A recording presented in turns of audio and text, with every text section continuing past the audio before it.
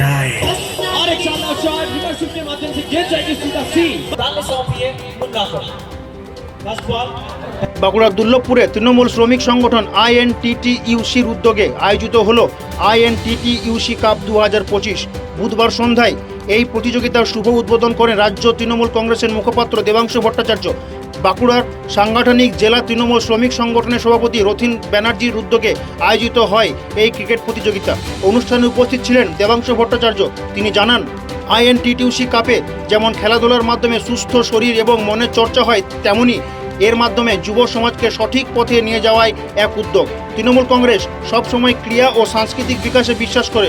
উপস্থিত ছিলেন জেলা তৃণমূলের একাধিক নেতৃত্ব, স্থানীয় জনপ্রতিনিধি, শ্রমিক সংগঠনের নেতৃবৃন্দ ও বহু ক্রীড়াপ্রেমী মানুষ। উদ্বোধনী ম্যাচে ছিল টানটান উত্তেজনা ও প্রতিদ্বন্দ্বিতা। অনুষ্ঠানে শেষে দেবাংশু ভট্টাচার্য খেলোয়াড়দের সঙ্গে দেখা করেন এবং তাদের উৎসাহ দেন।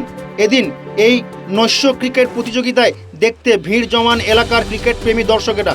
ক্রিকেট প্রতিযোগিতার মধ্যে ছিল উন্নত মানের রিভিউ সিস্টেম, লাইভ টেলিকাস্টিং।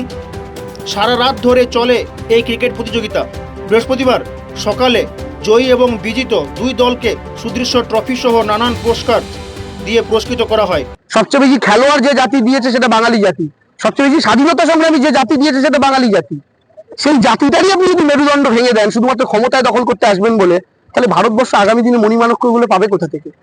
আবার বলছি, এরা কেটে ভাগ করতে চায় আর আমরা সবাইকে জুটতে চাই। মোদি ভাগের পক্ষে, দিদি ত্যাগের পক্ষে। মোদি ভাগের পক্ষে, দিদি জোড়ার পক্ষে।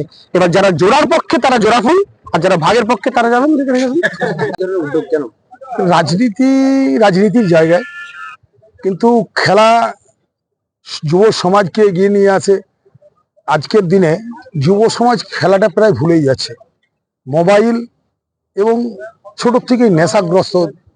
তাই আমরা চাইছি যে মোবাইল থেকে এবং নেশার থেকে যাতে বেরিয়ে এসে খেলার মাঠে যুব সমাজ এগিয়ে আসে, তাতে সমাজ ভালো হবে, তার শরীর গঠন ভালো হবে, মন ভালো থাকবে, সমাজ ভালো থাকবে। তার জন্য আমরা খেলার দিকে বেশি করে এগিয়ে এসেছি। ব্যুরো রিপোর্ট, খবর বাংলা।